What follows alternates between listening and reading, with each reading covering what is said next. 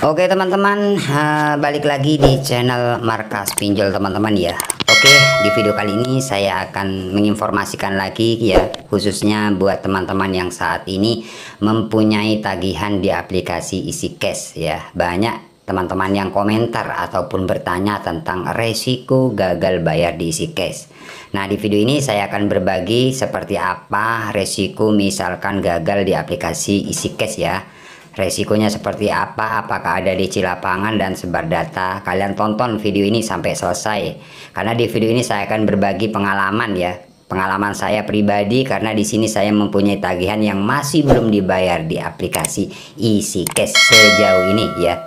Oke, tanpa lama-lama seperti biasa, buat teman-teman yang baru menemukan channel ini, jangan lupa tekan tombol subscribe-nya agar kalian tidak ketinggalan info terbaru dari channel Markas Pinjol.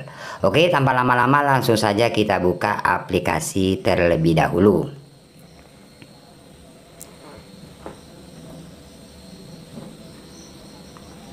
Oke teman-teman, nah di sini teman-teman ya. Jadi teman-teman lihat di sini ada tagihan ya. Tagihan itu 19.140.000. Sebenarnya untuk aplikasi ini sering saya bikin konten, perlunya saya menginformasikan buat teman-teman subscriber ataupun penonton di channel saya yang gagal bayar itu biar tidak terlalu panik yang berlebihan seperti itu ya. Intinya saya bukan mengajak kalian untuk tidak bayar, tidak, cuman berbagi sesuai pengalaman saja teman-teman ya. Oke, nah di sini 19 juta ini nggak dibayar ya. Keterlambatan itu 447 hari ya. Jadi kalian hitunglah berapa tahun ini. Jadi 1 tahun lebih untuk tagihan ini 19 juta ya. Jadi untuk 19 juta ini sudah plus bunga ya atau denda ya. Sebenarnya untuk pinjaman pokok itu sekitar ya, kalau nggak salah, soalnya sudah lupa teman-teman ya, itu sekitar 11 juta ya kalau nggak salah ya, kurang lebih seperti itu. Jadi karena sudah terlambat atau gagal bayar jadi mencapai 19 juta. Tapi sekarang ini sudah stop, sudah berhenti di 19 juta seperti itu ya. Oke, nah di sini, nah ini banyak teman-teman ya.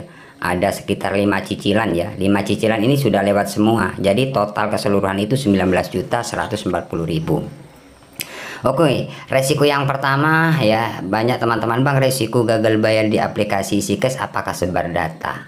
Nah, di sini saya akan menjelaskan teman-teman ya. Misalkan teman-teman telat bayar di aplikasi EasyCash, untuk sebar data itu sebenarnya nggak ada. Misalkan teman-teman dapat informasi bahwasanya EasyCash itu sebar data, enggak ada sebar data ya.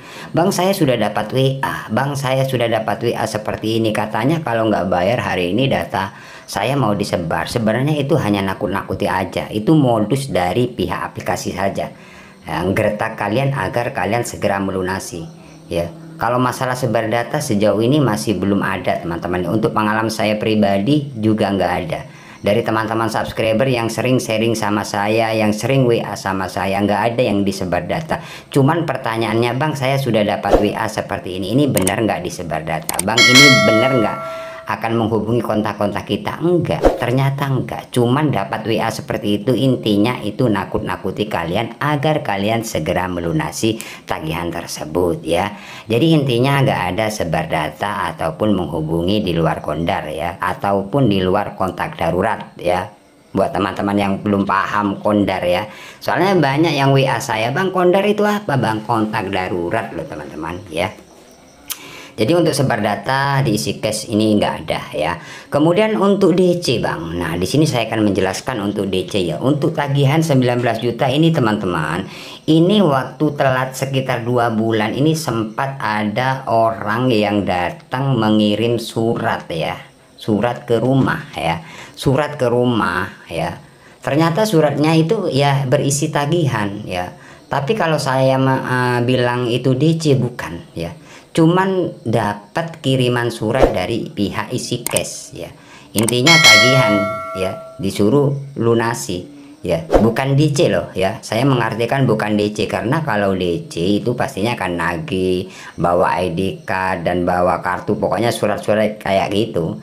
Itu enggak, cuman kirim surat aja. Setelah itu pulang ya, surat dari pihak isi cash ya tentang tagihan sih.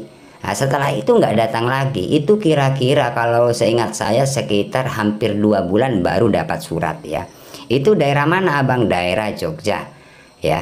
Tapi sampai sekarang ini nggak ada yang namanya DC atau orang yang kirim surat itu datang lagi, nggak ada. Sampai sekarang ini aman loh ya.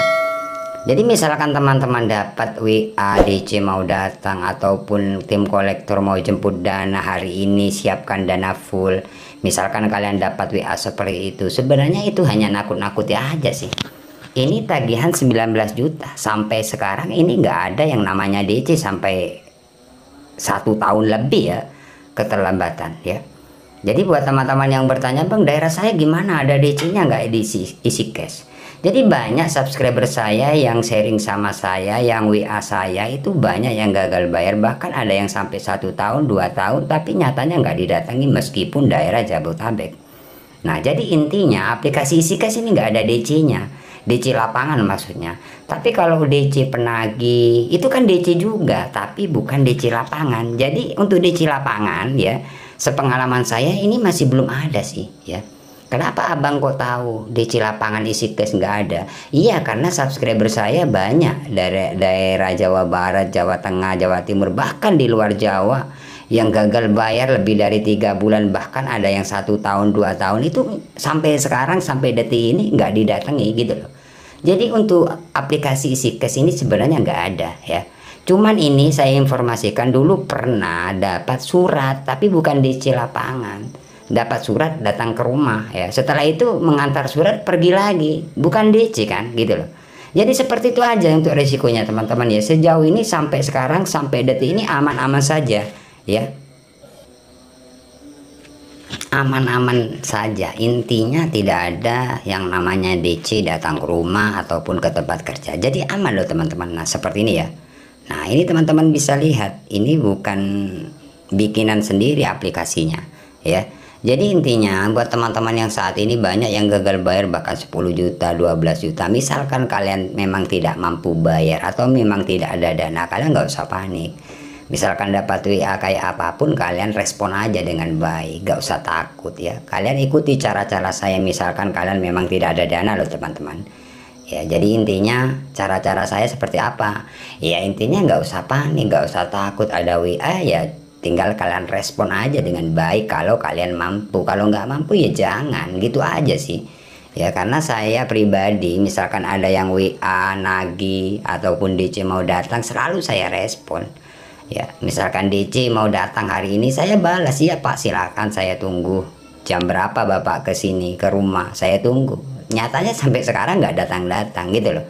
Misalkan teman-teman nggak mampu ya nggak usah balas, diamin aja. Intinya kalian nggak usah blokir nomor yang nagih ke kalian. Agar apa? Agar kalian tidak diteror terus menerus. Karena pinjol semakin kalian takut, semakin ditakut-takuti. Intinya seperti itu. Semakin kalian berani, semakin diam dari pihak penagih. Artinya oh orang ini tidak pernah panik meskipun diteror kayak gitu. Intinya kalau gagal bayar kan pasti diteror. Itu aja sih. Jadi kuatin mental, itu aja sih teman-teman ya. Oke teman-teman, terima kasih, semoga video ini bermanfaat. Tunggu video-video selanjutnya dari channel saya. Saya akhiri untuk video kali ini. Assalamualaikum warahmatullahi wabarakatuh.